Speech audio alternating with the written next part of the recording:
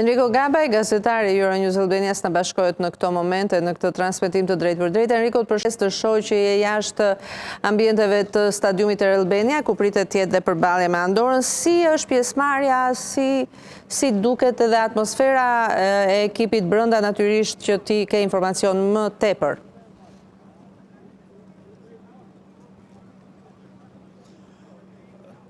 Deri pak orë më para ishin rreth 5.000 bileta, të cilat ishin ende të pashitura, por me hapjen e pikës fizike, një pjesë e tyre kanë arritur të blihen nga ana e tifozërisë. Ju përshëndes nga kjo atmosferë që gjithmonë ka qenë interesante këtu në hyrje të stadiumit Air Albania, në mbështetje të kombëtares Kuqezi.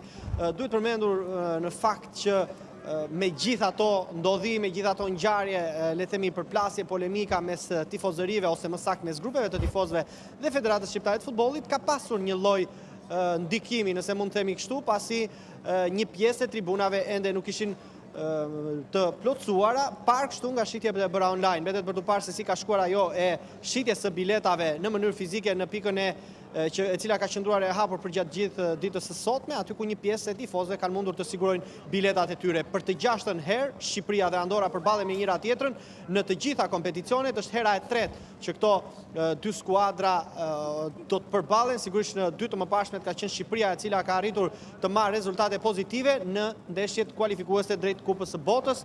Kam fakt fëmijë të cilët janë shumë të entuziazmuar, shumë të emocionuar. Meri, po patjetër, një minutë edhe të shpëtoj, me di. Meqer, do të më përshi para shikim të ndeshjes. Po, ja, sepse ju po ngulmonit shumë, tani. Ja dhe një flamur, dhe flamur. Shumë i bukur, shumë. Je tifoz i kombëtares shqiptare, apo jo? Po. Me këtë ka ardhur sot në stadium? Babin Vedajon, e me dy vëllezërit. Po, tani ti po këmbgule aq shumë që të vije dhe mua të më thuhet disa fjalë të bukura edhe për shikuesit e Euronews. Kush është lojtari yt i preferuar kombëtare, do ju pyes të dyve. Uzuni. Aslani.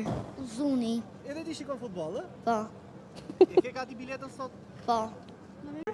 Prej sa kohësh, vetëm nuk ka ofendime, okay, ka vetëm të flasim për Serbin? Jo, nuk ka asnjë për Serbin. Ka vetëm për futbollin. Çuna ishte shumë kënaqësi, unë uroj edhe që ju t'ja kaloni sa më mirë. Përshëndeti fëmijët.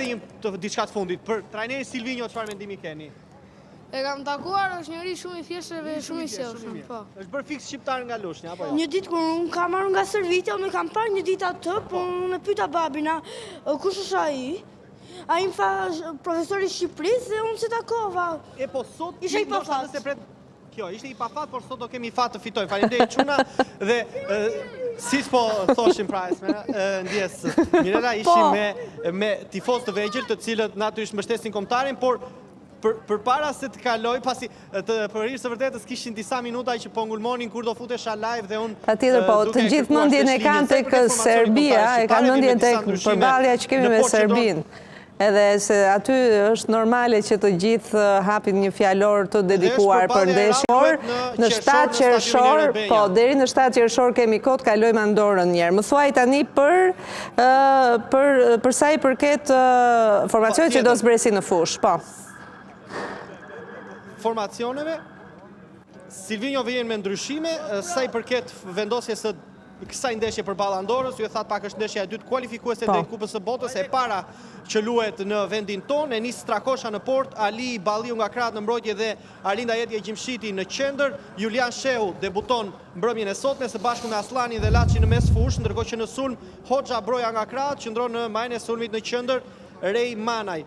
Sa i përket formacionit të Andorës, edhe në respekt skuadrës mike, Alvarez në port, Bora, Garcia, San Nicolas dhe Çervios në mbrojtje, Babo, Rebe, Rubio, Garcia, Oliveira dhe Rosas në majën e sulmit. Është një skuadër që ka shumë ndryshime sa i përket kombëtares shqiptare. Vlen vetëm 3.5 milion euro në krahasim me 100 milion euro që vlen kombëtarja Kuqezi. Lojtari më i madh në moshë tek Andora është një 42 vjeçar me emrin Pujol, mban emrin e një legjende të Spanjës dhe gjithë futbollit botror, por natyrisht kualitetet kanë shumë diferenca me njëra tjetrën. E thash pak që është përballja e 6 mes tyre skuadrave, 4 të fituara nga Kuqezit, një ndeshje është mbyllur në barazim. Sa i përket kualifikueseve drejt Kupës Botës, Shqipëria ka qenë le të themi me fat, nëse mund ta themi kështu, ose ka qenë skuadra që i ka marrë maksimumin këtyre përballjeve. Do të afrohemi mendimin e operatorit në zonën ku, ose le të themi aty ku grupi i tifozëve pret të hyjë brenda, ne duhet që përpara orës 20:30 në bazë të rregullores të jemi në ambientet e brendshme të stadiumit. Kjo është atmosfera, ose më saktë situata deri më tani.